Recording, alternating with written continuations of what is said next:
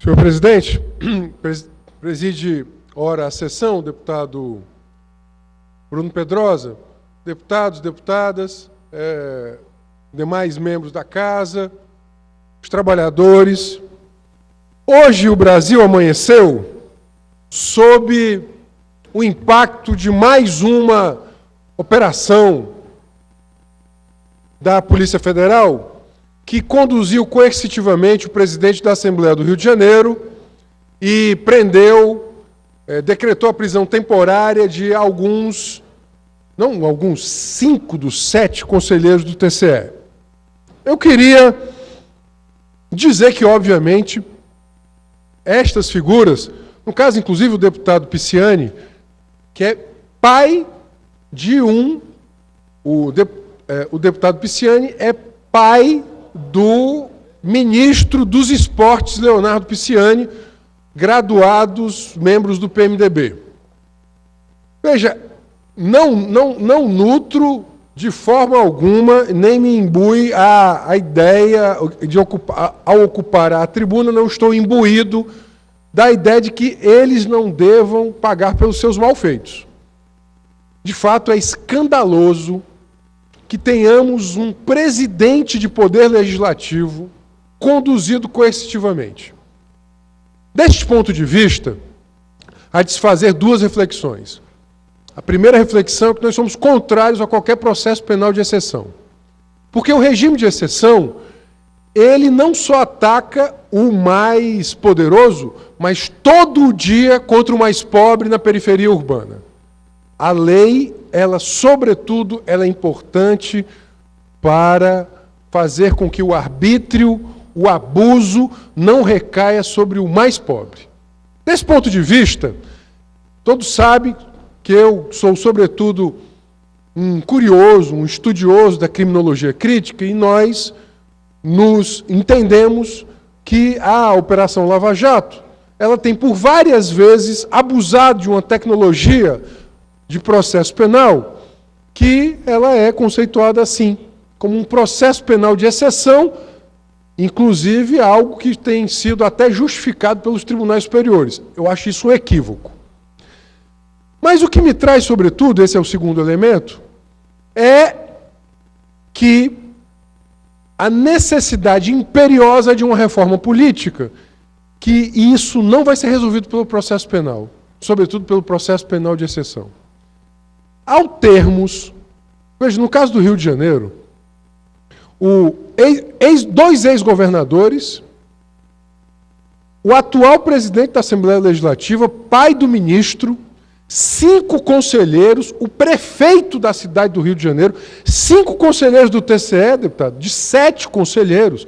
Tudo isto, obviamente, não é um problema do individual, é um problema sistêmico, é um problema estrutural que nos obriga a uma reforma política.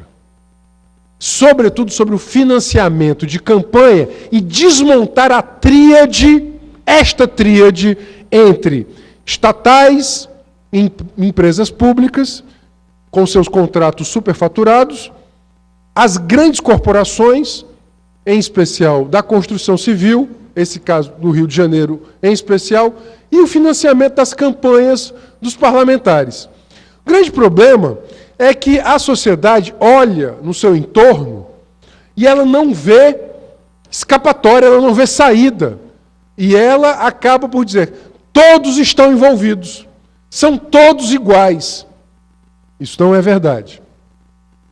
Mas é necessário que se diga, a verdade é, o problema é da estrutura política do Estado brasileiro, dos financiamentos de campanha, do patrimonialismo, da completa privatização do Estado brasileiro por estas corporações. Que não veio desde agora, vem desde muito antes, inclusive, da redemocratização. Essas empreiteiras que corrompem agora, porque não há corrupção sem corruptores, elas já corrompiam desde a época da ditadura militar. Portanto, é necessário que eu fico sempre que eu vejo essas operações, né, me dá esse duplo sentimento de que o cidadão ele vendo isso, ele se sente em completo desalento. Todos nós nos sentimos enojados. Todos nós nos sentimos enojados. Mas o cidadão comum, ele é muitas vezes seduzido por um discurso do populismo penal, do populismo autoritário, da suspensão da ordem democrática, da suspensão das garantias. Eu quero dizer que eu também partilho dessa indignação. Eu partilho dessa indignação. Mas nós não podemos abrir mão da democracia e da política. Não podemos abrir mão da democracia. O populismo autoritário, o populismo penal, não vai resolver os problemas que são da política. O processo penal, sobretudo o processo penal de exceção, ele não vai melhorar a política brasileira, ele não vai melhorar a democracia brasileira. É necessário que a gente respeite a lei e a Constituição. Até para aqueles que não respeitaram a lei e a Constituição, porque se locupletaram, enriqueceram, financiaram as suas milionárias campanhas nessa relação com as grandes corporações, é grande corporação da Constituição Civil, grande corporação do agronegócio, que acabam alimentando estes parlamentares, que são a elite política do país. Presidente do Senado, presidente da Câmara, governador, ex-governador, conselheiro do TCE. Imagina o que pensa a pessoa que vê 5 conselheiros do TCE presos temporariamente. Né? Portanto, eu queria aqui fazer esta ponderação. Se por um lado a população está, obviamente, e eu aqui indignada, corretamente indignada, legitimamente indignada, ela não pode cair na sedução do populismo autoritário de afastar a política e afastar a democracia. A saída tem que ser na democracia. A saída tem que ser na organização do povo. A saída tem que ser, obviamente, com a renovação, com a reestruturação do sistema político, que não virá de Brasília. Não será o Planalto que mudará o Brasil. É o Brasil, desde baixo, que tem que mudar o Planalto. Por isso que dia 31 de março nós estaremos de volta às ruas. Contra a reforma da Previdência, contra a reforma trabalhista, mas sobretudo pela necessidade de reestruturação da política brasileira em marcos, sobretudo, populares e democráticos, em especial, que a partir, em especial, dos interesses, dos direitos, das maiorias sociais e das classes trabalhadoras. O Brasil continua sendo o Brasil patrimonialista, clientelista na sua política, da troca de favores, dos grandes acordos.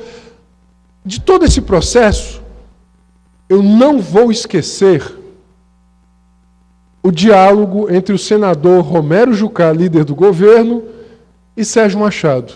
Um grande acordo com o Supremo com tudo. Está lá gravado, está gravado para a posteridade. Um grande acordo com o Supremo com tudo. É por isso que eles fazem a contra-reforma da Previdência, a reforma trabalhista, e agora querem fazer uma anistia geral. Uma anistia geral. Portanto, a nossa posição é essa. Nem o processo penal de exceção, é necessário respeitar a Constituição nos seus ritos e garantias, mas, por outro lado, não há um acordão para manter o clientelismo. Nós que estamos fortalecendo as frentes, como, por exemplo, a Frente Povo Sem Medo, que está nas ruas lutando contra as reformas, nós não nos deixaremos nem seduzir pelo populismo autoritário, que quer fechar tudo, diz que todo mundo não pode, nada presta, não pode. Nós temos que sair. A saída, qual é a saída para a crise política? É o fim da política? Não. Quem quer o fim da política é o mercado, porque o mercado quer tomar conta de tudo. Não é? É, sobretudo, o grande mercado, as grandes corporações é que querem ocupar o lugar da política como uma arena da disputa da sociedade. Sobretudo as grandes corporações querem a supressão da política. Nós precisamos a reestruturação da política. Lembrando que a política não é só partido, voto. Até porque essa política representativa, ela está em crise no mundo inteiro. Ela está em crise na Europa, ela está em crise na América Latina. Esta política da democracia representativa, ela precisa ser renovada não só na América Latina, não só no Brasil, não só na América Latina, no mundo inteiro. Nós precisamos de uma grande reestruturação dos processos políticos. E eu concluo, deputado Bruno, peço só mais alguns segundos, no sentido de que nós precisamos de uma reforma política democrática. Nós estivemos entre aqueles que assinamos, com mais de 160 organizações, a proposta da reforma política democrática. OAB, CNBB, juízes eleitorais do Brasil inteiro, nada disto foi colocado em votação pelo ex-presidente, hoje preso, Eduardo Cunha. Nada das propostas, nenhuma das propostas que 160 entidades, de forma ampla, plural, fizeram para a reforma política democrática. Se a reforma política democrática, na sua inteireza, tivesse sido implementada, muitos desses problemas estariam, sem dúvida alguma, afastados. Portanto, eu quero dizer à população cearense que a nossa posição ela é muito sóbria, nítida e profunda. Nós entendemos a crise política na sua profundidade, mas tem que ser resolvida na política, e não fora da política, e não afastando a política. Portanto, eu concluo, deputado Bruno Pedrosa, agradeço a generosidade, e digo que o desalento não pode tomar conta do Brasil, a tristeza, a indignação, ela nos serve, sobretudo, para fazer com que nós estejamos mais atentos e alertas para cobrarmos mais, e não para desistirmos. Porque o que vai mudar, repito, o Brasil vai ser a manifestação organizada das suas classes trabalhadoras, das suas classes populares, e eu repito, dia 31 de março à tarde, nós temos que inundar... 30 segundos, presidente. Temos que inundar as ruas do Brasil contra as contra-reformas da Previdência e trabalhista e, sobretudo, cobrando uma verdadeira e democrática reforma política. E, repito, a saída para a crise política tem que ser na política. Muito obrigado.